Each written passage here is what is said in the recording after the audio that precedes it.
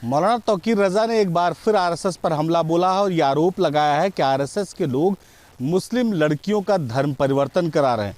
बेहद महत्वपूर्ण, अभी तक धर्म परिवर्तन का आरोप हरदम मुस्लिम समाज पर लगता रहा। मौलाना ने जिस तरह से कहा, आपको क्या लगता है कि वाकई में आरएसएस जैसी संस्थाएं धर्म परिवर्तन कराती हैं? देखिए, ये सब राजनीतिक विषय है, इसमें ज़्यादा कुछ नहीं बोला जा सकता है, लेकिन ऐसा तो कुछ है नहीं। आरएसएस का तो बहुत ही साफ सुथरा चरित्र है, उसमें कहीं से भी ये चीज़ें जो है जस्टिफाइड नहीं है। मौलाना जिस तरह से आरोप आरएसएस पर लगा रहे हैं, बड़ा अपने आप में अलग देखने को मिल रहा है। आमतौर पर अभी तक तो देखने को मिला कि जो धर्म परिवर्तन है वो हरदम हिंदू लड़कियों को मुस्लिम बनाया गया, जिस तरह के मामले ज़्यादातर सामने आए। मौलाना का आरोप किस तरह से दिखाई पड़ रहा है आपको? मौलाना साहब पगला गए हैं, विशुद्ध रूप से कहा जाए। आरएसएस के बारे में उनको जानकारी नहीं है। राष्ट्रीय स्वयंसेवक संघ हमेशा ही देश सेवा की बात करता है, भारत माता की जयकारे और भारत राष्ट्र से प्रेम की बात करता है, राष्ट्र भावना से उत्प्रोत होकर देश में काम करता है। ये बल्कि ध्यान भटकाने का एक बढ़िया एक रास्ता उन्होंने ढूंढ निकाला। लव जिहाद से आप सभी लोग परिचित हैं। हिंदू लड़कियों के साथ जो है कहीं ना कहीं कन्वर्ट कराया जाता है। मुस्लिम युवक जो है शादी ब्याह करते हैं, रचाते हैं। तो ये सब तो आए दिन आप लोग सुनते हुए आए हैं, लेकिन इस तरीके का अनर्गल आरोप लगा के वो कहीं ना कहीं सुर्खियों में बने रहना चाहते हैं। लेकिन मैं ये कह सकता हूँ कि वो अपनी दिमाग का कहीं जाके जांच कराएं, और नहीं तो जो है उनको जो है हमसे कहें, हम लोग उनको जो है पागल खाने भिजवाने के लिए व्यवस्था कर देंगे। ठीक है। शरीयत के नाम पर जिस तरह से मौलाना ने आरएसएस पर हमला बोला है, जिस तरह से आरएसएस पर आरोपों की झड़ी लगाई है, इसे देखकर क्या लगता है? मौलाना का आखिर दिमाग में क्या चल रहा है? मौलाना पूरी तरह झूठ बोल रहे हैं, और झूठ कहना उनके पास कुछ नहीं है, और आरएसएस पर आरोप लगाना सरासर झूठ है। क्या जिस तरह की बातें मौलाना ने कही कि आरएसएस जो है वो मुस्लिमों को भड़का रहा है, मुस्लिमों को जागना चाहिए, उनको सुबह उठ के अपने घर के सामने बैठना चाहिए, कह रहे हैं कि मुसलमान दरअसल जो है वो बहुत कमज़ोर हो गया है, उसे मजबूत करने की ज़रूरत है और उसके लिए आरएसएस से मुकाबला ज़रूरी है। ऐसा नहीं है, वो क्या नाम झूठ बोल रहे हैं, कुल मिला के हाँ लोगों को मतलब ध्यान भटकाने के लिए अपना उल्टा सीधा वक्तव्य दे रहा है। जैसे कि ऐसा कि आरोप कभी संघ के बारे में सोचा भी नहीं जा सकता। संघ पर जिस तरह से मौलाना ने आरोप लगाया है, उस आरोपों को आप किस तरह से देख रहे हैं कि पिछले चुनाव में अगर आप देखें, इस लोकसभा से पहले तमाम जो चुनाव हुए उसमें मुस्लिमों का एक बड़ा जो है लोग जो है वो बीजेपी के साथ जुड़े, तो कहीं ना कहीं ये बात कसक रही, शायद यही वजह आरएसएस पर आरोप? नहीं, देखिए बात ये है कि मौलाना जी जिस प्रकार से आरएसएस पे आरोप लगा रहे हैं वो बेसिकली रूप से आरएसएस के विषय में जानते ही नहीं हैं। राष्ट्रीय स्वयंसेवक संघ का कार्य मात्र इतना है कि व्यक्ति का निर्माण करना, और दूसरा उसका सबसे बड़ा कार्य है कि राष्ट्र को परम वैभव पे ले जाना। उसके अतिरिक्त राष्ट्रीय स्वयंसेवक संघ और किसी प्रकार का कार्य नहीं करती है। आपको पता होगा कि राष्ट्रीय स्वयंसेवक संघ का एक आनुषंगिक संगठन है जो माननीय इंद्रेश कुमार जी द्वारा संचालित है, मुस्लिम जागरण मंच। आप देखते होंगे मुस्लिम जागरण मंच में लगभग इस समय 7 लाख से अधिक मुसलमान जुड़े हुए हैं, और आप उसमें एक चीज़ महत्वपूर्ण जो बात है उसमें कि वो जो मुस्लिम हैं वो लोग राष्ट्रीय स्वयंसेवक संघ के साथ मिलकर राष्ट्र निर्माण में अपना योगदान दे रहे हैं। तो ये बात उनको हो सकता है खल रही हो कि मुस्लिम जो है देशभक्त कैसे हो जा रहे हैं। तो इस बात से हो सकता है उनको कोई आपत्ति हो कि आज जो है देश की जनता, देश का मुसलमान भी जो है अपने देश के हित के लिए, राष्ट्र के हित के लिए जो है कार्य करने लगा है और सोच रहा है। तो मैं आपको जो है इस ओर एक बार जो है बताना चाहूँगा कि जो मुस्लिम जागरण मंच है वो कभी भी इस मुद्दे पे बात ही नहीं करता है कि धर्म परिवर्तन करना है या जो है कोई भी चीज़ें ऐसी अतिरिक्त बातें कभी होती ही नहीं है। उसमें सिर्फ और सिर्फ राष्ट्र की बात होती है, और राष्ट्रीय स्वयंसेवक संघ एक राष्ट्र के निर्माण के लिए जो है ये संगठन है, जो कि विगत लगभग आप जानते ही होंगे 100 वर्ष पूरे होने वाले हैं। तो ये अनवरत जो है राष्ट्र निर्माण के लिए कार्य कर रही है। और आपको मैं एक संगठन का जिक्र करता हूँ, एक भारत तिब्बत सहयोग मंच है, जो ये भी जो है राष्ट्रीय स्वयंसेवक संघ का आनुषंगिक संगठन ही है, और ये भी अपना जो है माननीय इंद्रेश कुमार जी द्वारा ही संचालित है। ये एक ऐसा संगठन है जिसमें जो है एक यात्रा जाती है, तवांग यात्रा। और आपको इस यात्रा की खूबसूरती बताऊं कि तवांग यात्रा में जो है मतलब भारत देश के लगभग सभी धर्म के लोग उस यात्रा में एक साथ जाते हैं, और वो सिर्फ उनका एक लक्ष्य रहता है कि अपने राष्ट्र की सुरक्षा। ये यात्रा का उद्देश्य ही यही है कि अपने राष्ट्र की सुरक्षा करना चीन से। और जो अपने चूँकि नाम से स्पष्ट है भारत तिब्बत सहयोग मंच, तो तिब्बत की आज़ादी के लिए और बॉर्डर को अपने सुरक्षित रखने के लिए ये यात्रा हर वर्ष जो है नवंबर माह में चलती है।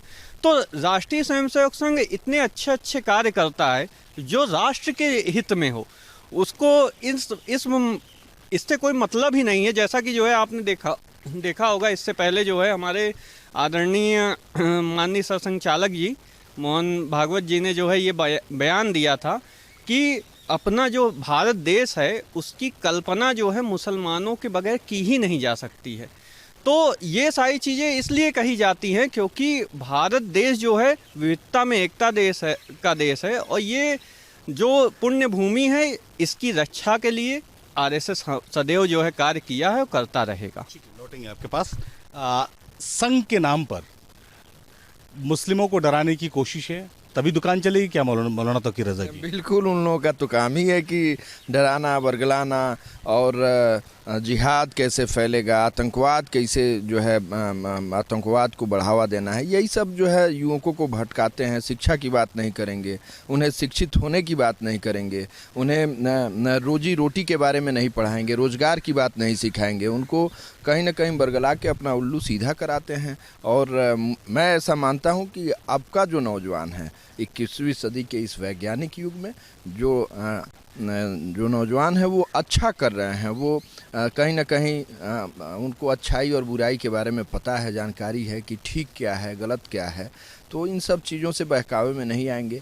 मैं समझ सकता हूं कि पिछले कई वर्षों में अब तक ऐसा कोई कृत्य नहीं हुआ जिससे राष्ट्र को शर्मसार होना पड़े। पहले कहीं कोई घटना होती थी तो कहीं ना कहीं कोई जाति विशेष के लोग पकड़े जाते थे, लेकिन इस तरीके से मैं कह सकता हूं कि कहीं ना कहीं क्रमिक सुधार हो रहा है और लोग आगे बढ़ रहे हैं।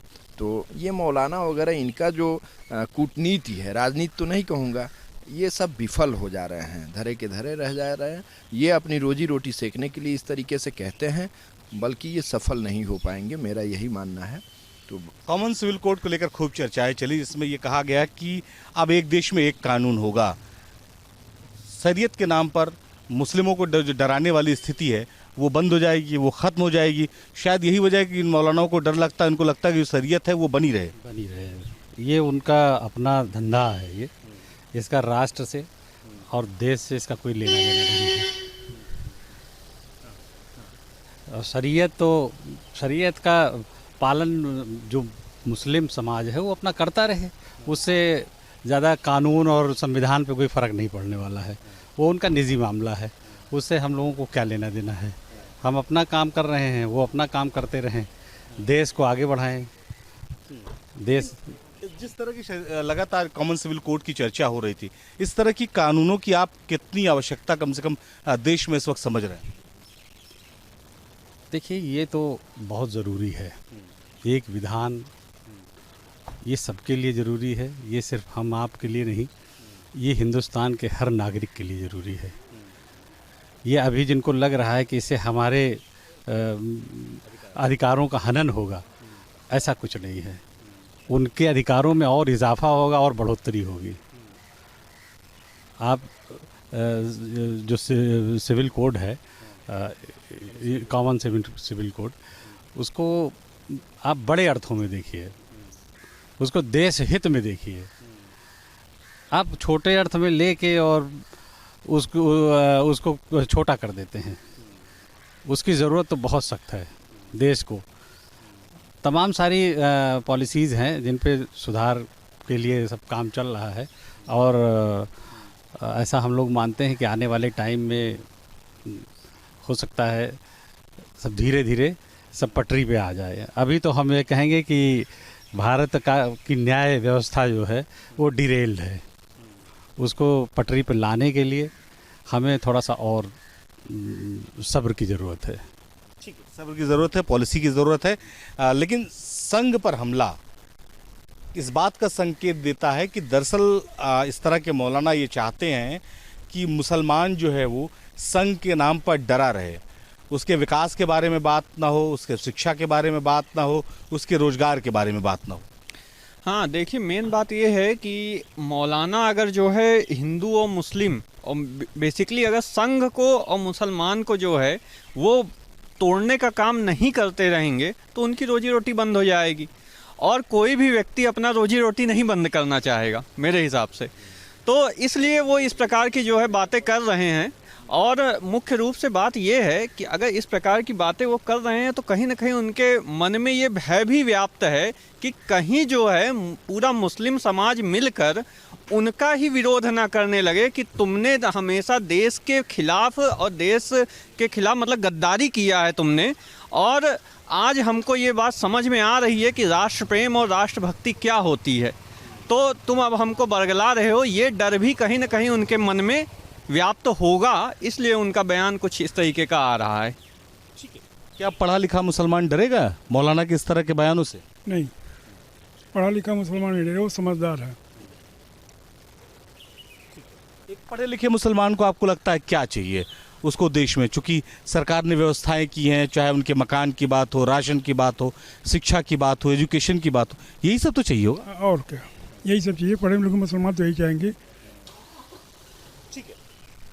बात जब मौलाना की आती है तो हरदम डर और भय काम करता है। इससे पहले भी तमाम फतवे जारी हुए, तमाम तरह की किस्से कहानियाँ हैं, लेकिन अभी भी जारी है। मतलब एक तरफ बीजेपी की सरकार है जो बताती है चाहे हिंदू चाहे मुसलमान हो, देश में सबके लिए सारी व्यवस्थाएं हैं, सारे सम्मान हैं, लेकिन उसके बाद डर कायम करने वाली जो कूटनीति जो आपने कहा वो चलती रहे। ये कूटनीति मैं इस पे कहना चाहूँगा, आदम गोंडवी की कविता है कि हिंदू और मुस्लिम के एहसासात को मत छेड़िए, अपनी कुर्सी के खातिर जज्बात को मत छेड़िए।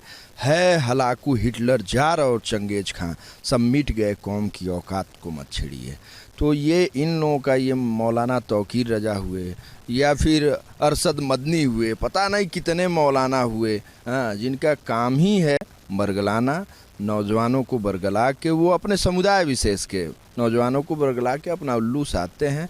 और मैं ये समझता हूँ कि अब पढ़े लिखे जो नौजवान हैं उनकी बातों में आने वाले नहीं हैं, इनसे बहुत आगे निकल चुके हैं। मैं जिस जनपद से आता हूँ, मुझे फ़ख्र है, कुशीनगर जनपद से मैं आता हूँ, वहाँ की दो बेटियाँ अभी सिविल सेवा UPSC का जब रिजल्ट जारी हुआ तो हमारे यहाँ की एक बहन ने पूरे ऑल इंडिया में 9वीं रैंक लाई थी अभी, और पीछे UP PCS का भी एक रैंक वो जारी हुआ था, परीक्षा परिणाम जारी हुआ था, तो हमारे यहाँ की एक बेटी जो है SDM बनी।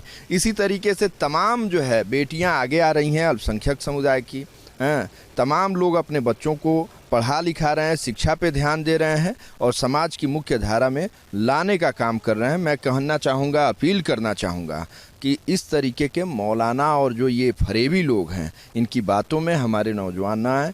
हमारे जो गंगा जमनी तहजीब है, वो परंपरा और हमारी चीज़ें बनी रहें, और इसकी मिसाल जो है भारत देश हमेशा से ही दूसरे देशों को देता है, एक कायम किया हुआ है, वो हमेशा अमन चैन और शांति के पथ पर अग्रसर रहे। मैं यही आज के विशेष आपसे वार्तालाप में कहना चाहूँगा। भाईचारा हिंदुस्तान का जो है उसकी मिसाल पूरे दुनिया में दी जाती है। एक डर पैदा करके, एक भय पैदा करके, एक बांटने की कोशिश इस तरह के मौलानाओं की हरदम दिखाई पड़ती है। देखिए, ये देश ही गंगा जमुनी तहजीब का देश है। इसमें जो मेन स्ट्रीम में नहीं रहेगा वो खारिज हो जाएगा अपने आप ही। इसलिए ज़रूरत है दोनों कौमों को, चाहे हिंदू हो चाहे मुसलमान हो, उसको मेन स्ट्रीम में आना पड़ेगा, और इसकी जो खूबसूरती है वो बनी रहे, देश तरक्की करे, बस इससे ज़्यादा और कुछ नहीं। ठीक है, देश में इस तरह के बांटने वाली पॉलिटिक्स नहीं चलेगी, बांटने वाले बयान नहीं चलेंगे।